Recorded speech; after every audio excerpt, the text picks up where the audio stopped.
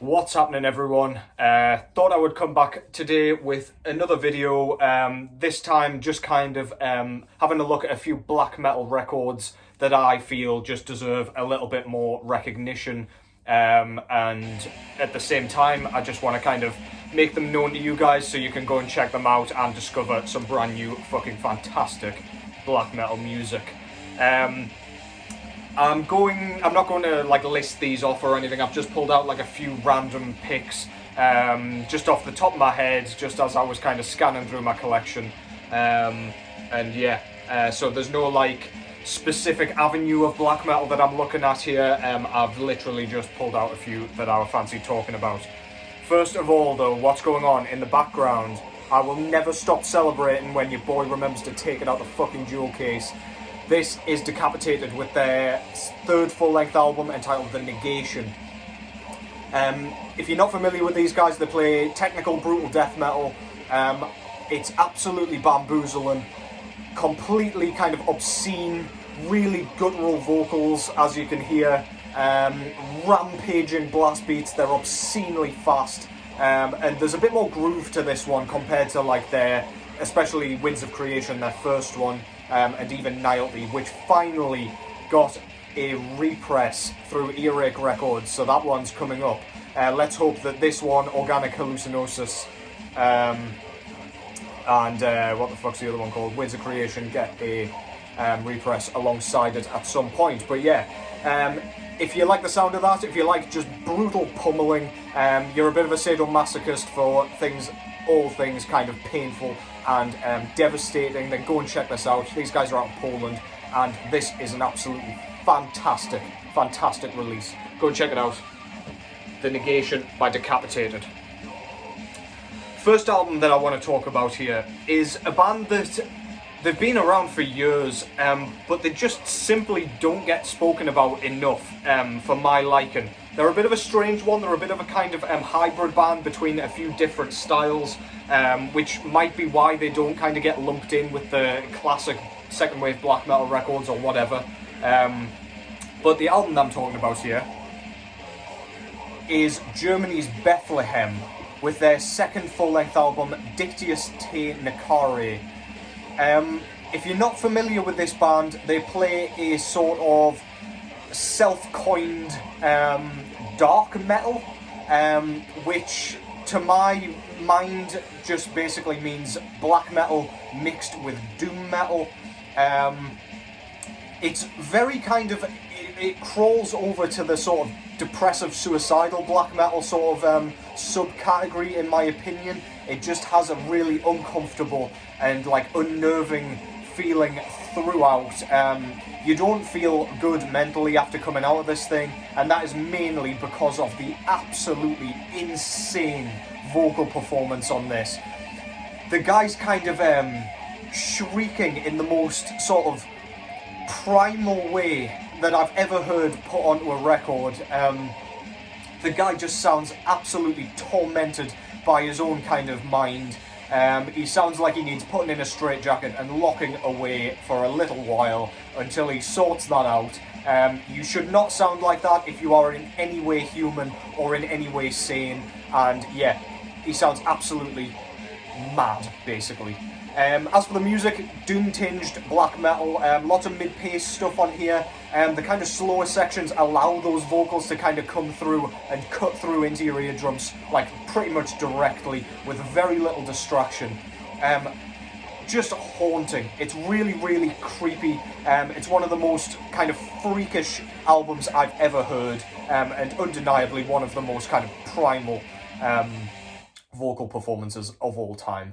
Front cover there shows like what looks like a kind of skeletal horse kind of sculpture sort of thing. I don't really know what it's meant to show, but kind of cool. That's all on one side. You've got the album title there, and Bethlehem's very cool kind of unreadable logo on the front. On the back cover there, you've got your track listing and a couple of feathers kind of crossing over. Not sure what that symbolises, but yeah, very cool. This was put out through Prophecy Records, and this one just comes on standard black vinyl. if you like the sound of any of that and you're feeling like you're a bit too happy, then go and put this on. You will come out absolutely fucking miserable, and you will wish, sorry, that you turned away before you stuck this album on, to be honest. So yeah, Bethlehem, Dictius Necare, fucking fantastic record, and one that doesn't get spoken about enough in my eyes. That came out in 1996, I think, if I've got that correct. It doesn't actually say, so you'll just have to kind of take my word for it. This next one is a demo release from a band that didn't do an awful lot of music, if I'm not mistaken. I don't know too much about their kind of back catalogue. I'm pretty sure they only released maybe one full-length album, if even that. This is Lucifer's Hammer with The Burning Church. This is a kind of really sort of barbaric form of black and death metal. It's sort of creeping towards war metal territories, but without the grindcore influence. It's incredibly visceral and pummeling.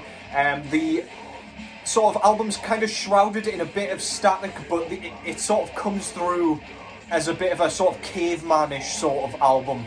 It sounds like some kind of Neanderthals have been given clubs to beat onto the drums. They're sort of that loud and sort of basically brutal. Yeah, there's absolutely nothing in the way of sort of anything fancy on this thing. There's a couple of like tasty solos here and there that sort of take your mind away a bit from the kind of brutish drubbing that most of the album delivers.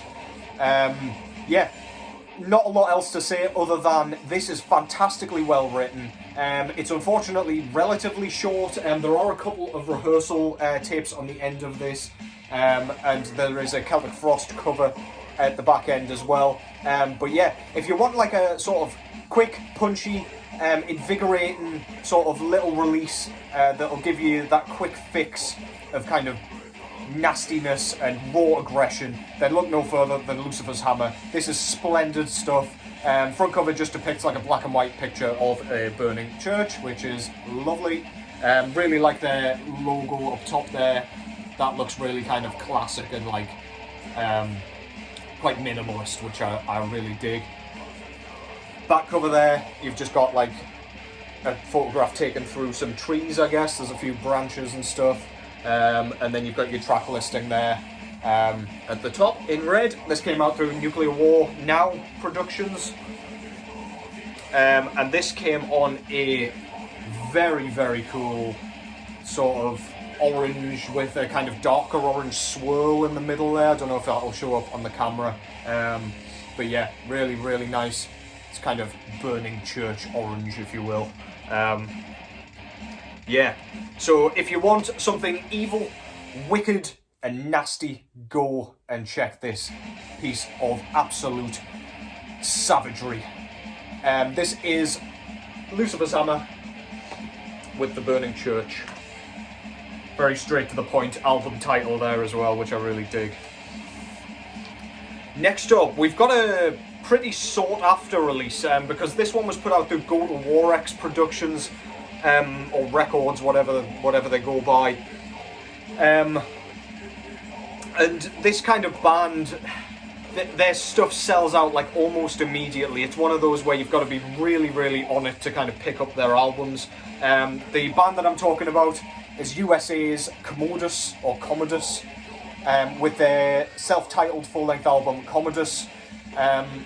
This is raw black metal written perfectly, in my opinion.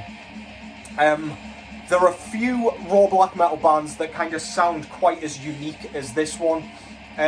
While it's raw and it's kind of not particularly easy listening, you can hear every riff clearly, perfectly. Nothing's kind of lost in amongst the kind of fog and the noise and the kind of static, as I was saying.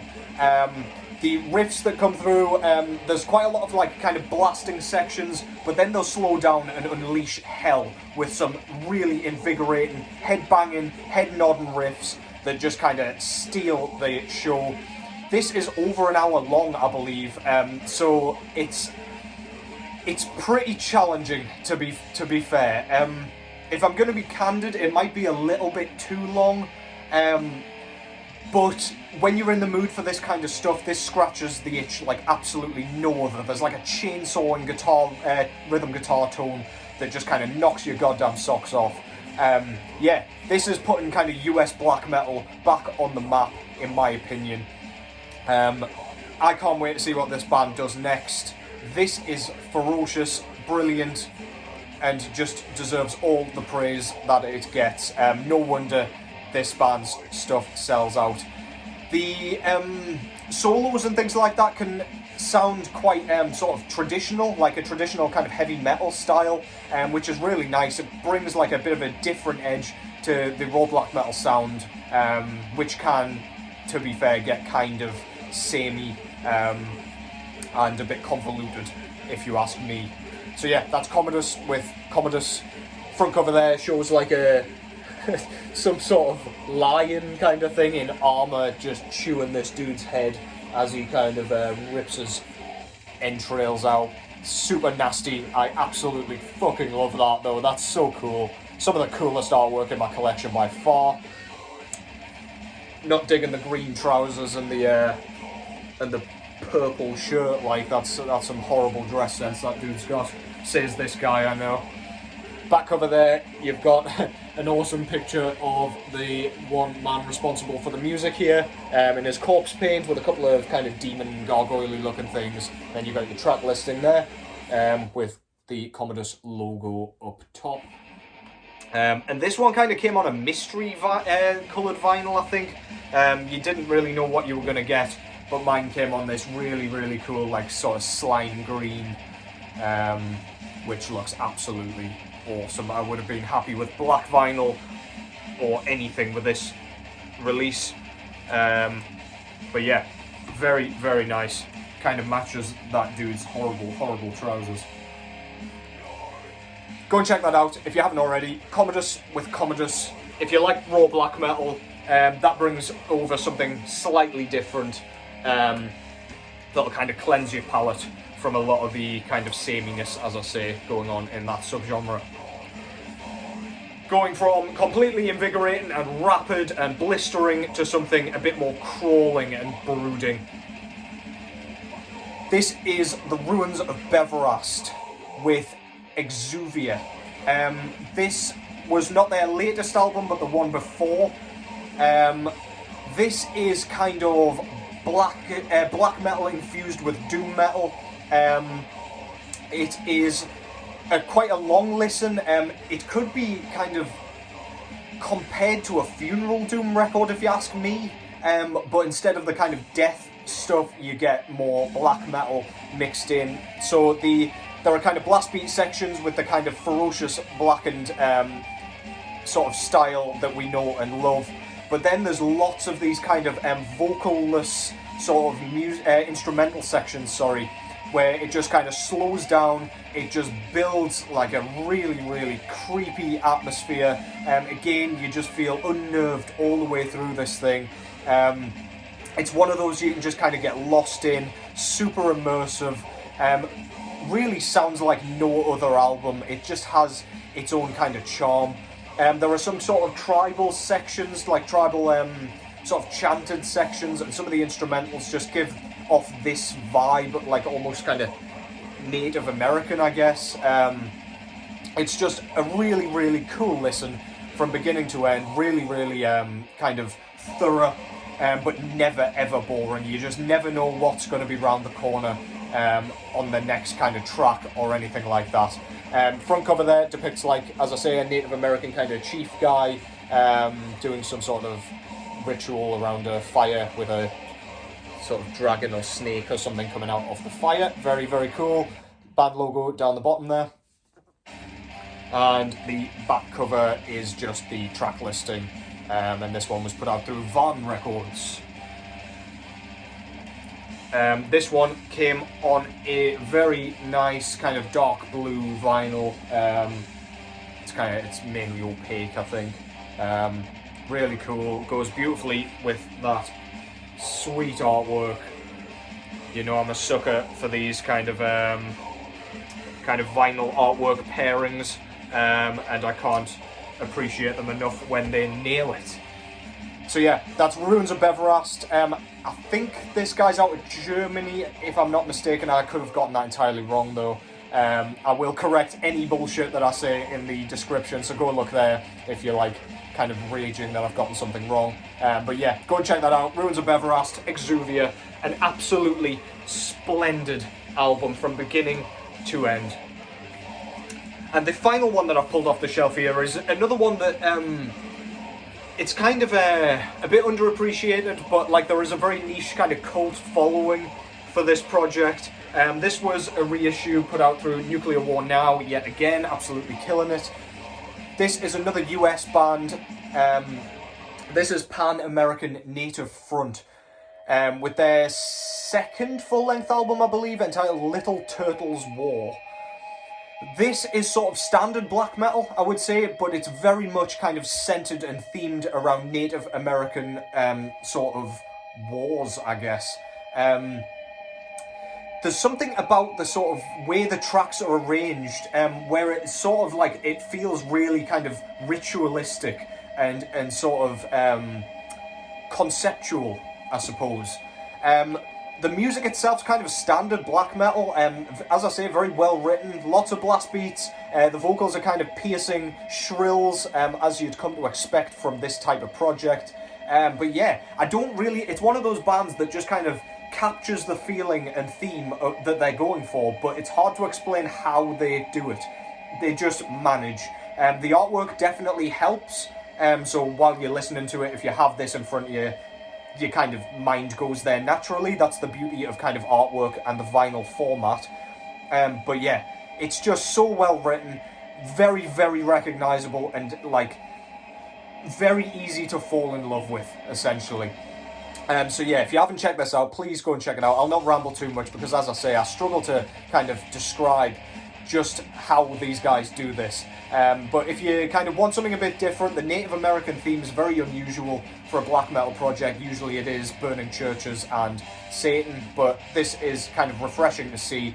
That's Pan-American Native Front with Little Turtles War. Front cover there shows, I guess, Little Turtle with his kind of hatchet whilst there's kind of a war going on in the snow with the trees and whatnot. I really fucking love that. Very cool. Again, some of my favourite artwork in my collection. Kind of looks like watercolours as well, which I really dig. Back cover there, it's just kind of another portrayal or another kind of zoomed in like photo of the war that's going on. You've got some horses in the background and like a few guns and things like that. Track listing by the side there. Yeah. Very, very cool. Nuclear War Now, as I say. And this one, Nuclear War Now don't normally give you the kind of choice of colour. They normally do like the first 50 orders or something gets like a coloured vinyl instead of black. And I was fortunate enough to be one of those first 50 with this one. So I got this really nice kind of dark blue. Yet again, very similar to the Ruins of Beverast one. I did not do that intentionally. Also Native American themed. And that goes splendidly with that absolutely awesome artwork yet again. But yeah, as for the music, you cannot go wrong with this thing. It's, as I say, standard black metal, but really, really very nicely kind of themed. Yeah, Little Turtles War by Pan-American Native Front. Okay, so that was 5 records, I believe, and a CD. I hope you found something cool to enjoy amongst those. They're not spoken about quite as much, so it's a bit more of a kind of niche avenue, I guess. Let me know if you kind of made any nice discoveries out of those. I will hopefully be back tomorrow with another video. I might do like a death metal one of these or something, just to kind of get a few more sort of lesser known albums out there. But yeah, thank you as always for watching. You guys have continued to be fucking awesome. Take care as always, and I'll catch you in the next one.